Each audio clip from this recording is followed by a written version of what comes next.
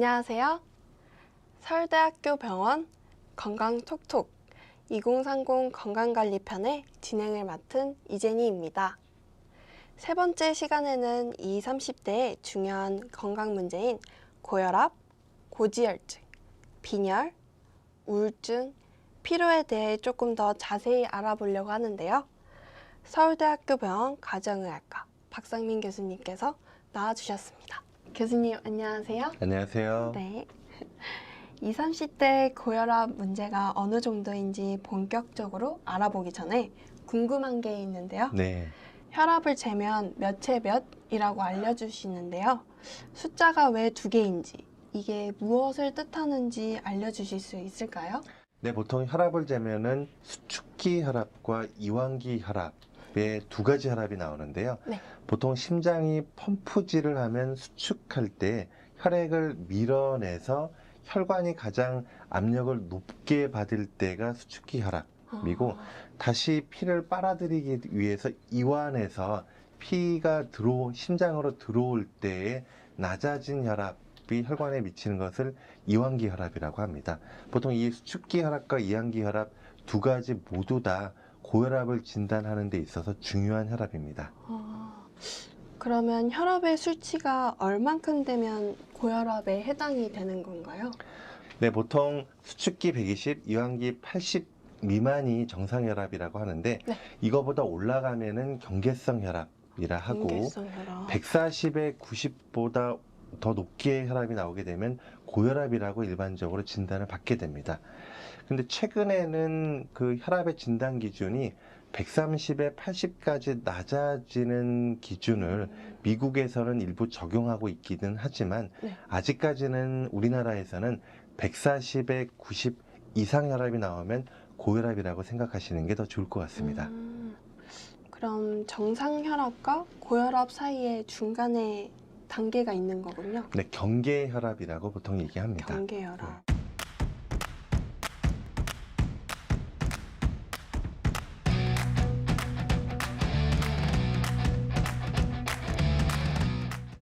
지난 시간에 20, 30대에 고혈압이 있거나 의심되는 비율이 낮지 않다고 설명해 주셨는데요.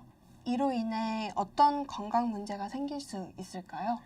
네, 우리나라 20, 30대 250만 명 정도를 대상으로 해서 혈압이 심장병과 뇌졸중에 미치는 연구가 얼마 전에 논문이 나왔는데요. 130에 80 이상의 혈압만 나와도 심장병이나 뇌졸중 위험도가 한 20% 정도 올라가게 되고요. 그리고 혈압이 더 높으면 높을수록 이 위험도가 더 크게 증가하는 걸로 알려져 있습니다. 그런데 다행인 것은 이 혈압이 높았던 청년들이 고혈압 약을 복용하면서 잘 조절을 하게 되면 위험도가 정상 혈압에 해당하는 대상자만큼 떨어지거든요. 그렇기 때문에 20, 30대부터라도 만약에 고혈압이 있으면은 의료진하고 상의를 하면서 적절한 건강 혈압을 유지하는 게 필요하다고 할 수 있습니다. 고혈압 약은 한 번 먹기 시작하면 평생 먹어야 된다는 얘기를 들은 적이 있거든요. 그것 때문에 약을 먹는 걸 꺼리는 분들도 있다고 얘기를 들었고요. 네, 제 외래에서도 특히 젊은 층에서 혈압약을 시작을 할 때는 한 번 혈압약을 쓰면은 평생 먹는 거 아닌가에 대한 걱정 때문에 약을 좀 쓰기를 두려워하시는 분들이 종종 있습니다. 근데 가장 중요한 것은 약을 먹느냐 안 먹느냐보다 더 중요한 것은 혈압을 정상으로 조절하느냐가 더 중요하거든요. 이 혈압이 높게 되면 그 압력 때문에 혈관벽이 손상을 받을 수 있거든요. 약을 복용하든 생활습관 개선을 하든 어쨌든 혈압을 낮춰서 정상 혈압으로 만드는 게 더 중요합니다. 그리고 혈압약을 복용하면 평생 먹는 게 꼭 아닐 수도 있습니다. 생활습관 개선을 하면서 일단 국물 마시지 않기, 그리고 적정 체중 유지하기, 운동 유지하기, 절주와 금연을 실천하면은 혈압도 떨어지거든요. 그렇게 되면 추후에는 혈압약을 줄였다가 간혹 끊고서 생활습관 관리로만으로도 정상 혈압을 관리하시는 분들이 종종 있습니다. 혈압이 높아서 문제가 생기는 게 고혈압인데 네. 그럼 혈압이 낮은 경우에는 문제가 있나요? 보통 저혈압과 관련된 부분은 20, 30대 같은 경우는 크게 문제가 안 되는 경우가 많습니다. 하지만 고혈압으로 약을 복용하셨는데 너무 혈압이 떨어지거나 어지러운 증상이 있거나 하면은 혈압약 용량을 줄여야 할 필요가 있거든요. 네. 만약 이런 증상이 있으면은 의료진하고 빨리 상의하셔서 적정 혈압약 용량을 찾는 게 더 중요하다고 할 수 있습니다. 그럼 대사증후군과 관련이 있는 이상지질혈증에 대해서도 알아보겠습니다. 이름부터 벌써 어려운데요? 네, 이상지질혈증 저도 좀 어려운 네. 용어인데요. 보통 콜레스테롤이라고 많이 들어보셨죠? 네, 많이 들어봤습니다. 우리 몸에 피 검사를 하게 되면은 총 콜레스테롤, 중성지방, 고밀도 콜레스테롤, 저밀도 콜레스테롤 네 가지 결과를 보통 받게 됩니다. 이상지질혈증이란 건 이 네 가지 피검사 항목들에서 하나라도 이상 소견이 나오면은 이상지질혈증이라고 보통 얘기를 합니다. 우리나라 20, 30대 같은 경우도 보통 10명 중 3명 정도는 이상지질혈증을 보이는 걸로 많네요. 네, 꽤 많죠. 네. 네, 특히 이상지질혈증이 20, 30대에도 콜레스테롤 관리가 중요한가? 라고 생각할 수도 있는데 역시 우리나라 한 250만 명 정도의 청년들을 대상으로 해서 콜레스테롤이 240 이상인 경우에는 역시 심장혈관 질환의 위험도가 올라갑니다. 그런데 고콜레스테롤 혈증을 갖고 있던 청년들이 이 콜레스테롤이 정상화가 되면은 이 심장질환 위험도가 또 줄어듭니다. 그렇기 때문에 20, 30대에서도 이상지질혈증이 있으면은 정상 콜레스테롤 관리를 위해서 노력을 하고 필요하면 또 의료진의 상담을 받는 게 필요하다고 생각이 됩니다.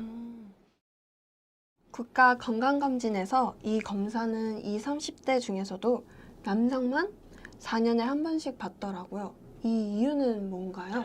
보통 여성분들에 비해서 남성분들이 이런 이상지질혈증을 가지고 있는 경우가 훨씬 많습니다. 그리고 여자분들은 아무래도 심장혈관이나 뇌졸중 위험도가 좀 남자보다 떨어지거든요. 그래서 여러 연구진들이 비용 효과적인 방법이 어떤가를 살펴봤을 때 남성에서 20대 중반부터 네. 4년에 한 번 이상지질혈증 검사하는 게 더 타당하겠다라고 판단을 했고 여성 같은 경우는 40세 이상부터 이 검사를 받게 됩니다. 그럼 이번에는 빈혈에 관한 항목들인데요. 빈혈 검사는 어떻게 받나요? 네, 빈혈 검사는 피 검사에서 헤모글로빈 수치를 측정해서 우리가 빈혈 여부를 결정하게 됩니다. 세계보건기구의 정의에 따르면 빈혈은 여성 같은 경우는 12 미만, 남성 같은 경우는 13 미만을 빈혈이라고 하거든요. 보통 남성보다는 여성에서 훨씬 더 빈혈 문제를 많이 가지고 있습니다.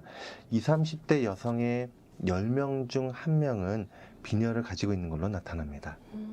20, 30대 같은 경우는 빈혈의 대부분의 원인이 여성의 경우는 철결핍성 빈혈이 가장 흔합니다.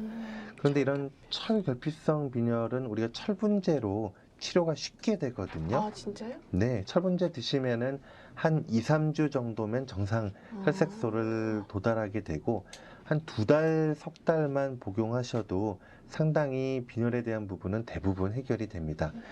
다만 이 빈혈을 해소하지 않으면은 이 자체가 피로감의 원인일 수도 있고 또 빈혈이 교정되지 않고 계속 빈혈 상태가 유지가 되면 추후에 심혈관 질환이나 뇌졸중 위험도가 상당히 커지는 것으로 알려져 있거든요.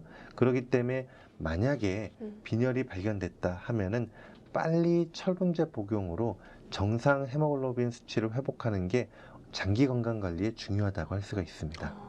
그럼 만약 건강검진을 통해서 우울증 혹은 위험이 있다고 판단되면 그 후에는 관리를 어떻게 해야 될까요?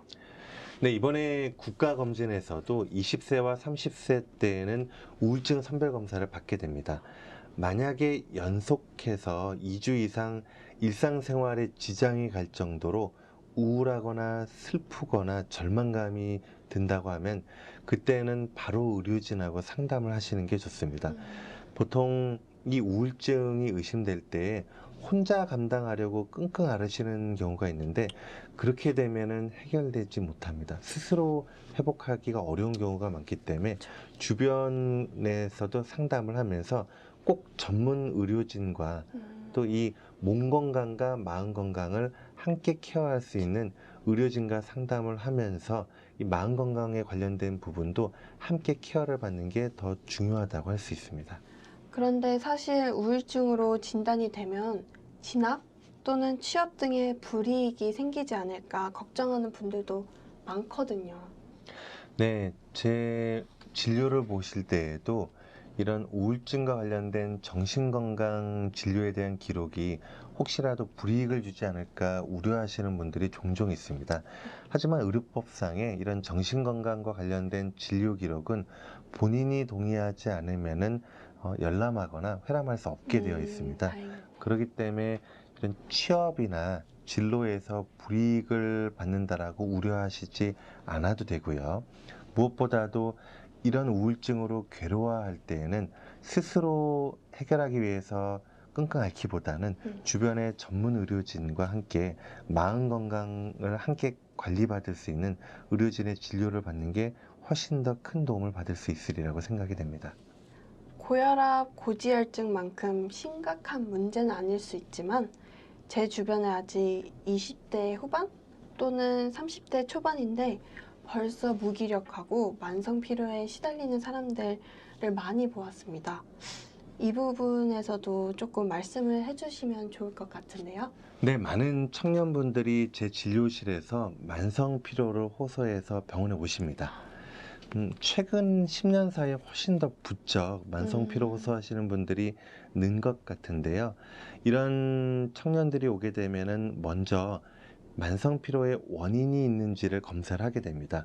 보통 의학적으로 규명할 수 있는 원인 중에 하나는 빈혈이 있는지, 간 기능에 문제가 있는지, 내분비적인 문제가 있는지, 또는 갑상선 기능 저하가 있는지는 피검사를 통해서 알 수 있게 되고, 간혹가다 숨어 있는 결핵 같은 감염이 있는지도 저희가 살펴보거든요. 그런 경우는 흉부 엑스레이 검사를 시행을 하게 됩니다. 하지만 대부분은 이런 피검사나 엑스레이에서 정상으로 나오는 경우가 많습니다. 이럴 때는 그 다음에 확인해 보는 게 수면에 문제가 있는지 또는 우울, 불안과 관련된 정서적인 문제가 있는지를 살펴보게 됩니다. 만약 이런 검사들에서도 다 정상이 나왔다 하면은 결국은 체력 저하거든요. 본인이 감당할 수 있는 체력에 비해서 훨씬 더 과도한 일이나 스트레스를 짊어지고 있을 때 그게 쌓이고 쌓이면 체력은 이런데 감당해야 할 일이나 스트레스가 더 많으면 누적이 되거든요. 이런 누적되는 게 쌓이고 쌓이면은 몸의 자율적으로 조절하는 자율신경 기능이 떨어지게 되고 이런 것들이 결국은 기능성 위장장애나 어지러움이나 손발저림이나 만성 피로로 나타나게 됩니다. 많은 청년들이 제 생각에는 체력은 떨어졌는데 감당해야 할 일이나 스트레스가 너무 많고 많죠. 그 전에 말씀드렸던 커피, 카페인으로 쥐어 짜내서 이런 것들을 감내하다 보니까 결국은 몸과 마음이 세잔해지면서 만성 피로로 이어지는 경우가 많은 것 같습니다. 이런 만성 피로를 관리하기 위해서는 약은 없습니다.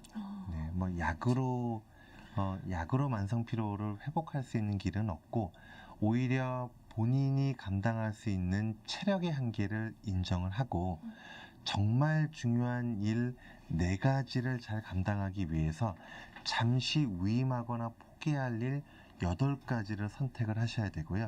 이런 것을 보통 우선순위 재설정이라고 합니다. 우선순위 재설정. 네. 그래서 일이나 스트레스를 줄여서 본인의 체력이 감당할 수 있을 만큼의 수준으로 낮추고 여기에서 운동을 통해서 서서히 체력을 회복하셔야 됩니다. 3에서 6개월 정도 운동을 하게 되면은 체력이 회복이 되거든요. 네. 그 이후에 일이나 스트레스를 더 올리도록 하는 게 만성 피로를 회복을 하고 자율신경 기능이 회복되는데 가장 중요한 팁이라고 할 수 있습니다. 설명 감사드립니다.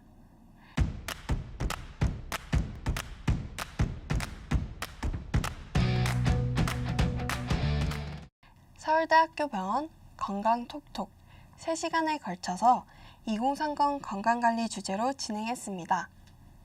부디 많은 분들이 2030 국가건강검진 제도를 활용하는 것부터 시작해서 자신의 건강에 조금 더 체계적으로 관리하셨으면 좋겠습니다.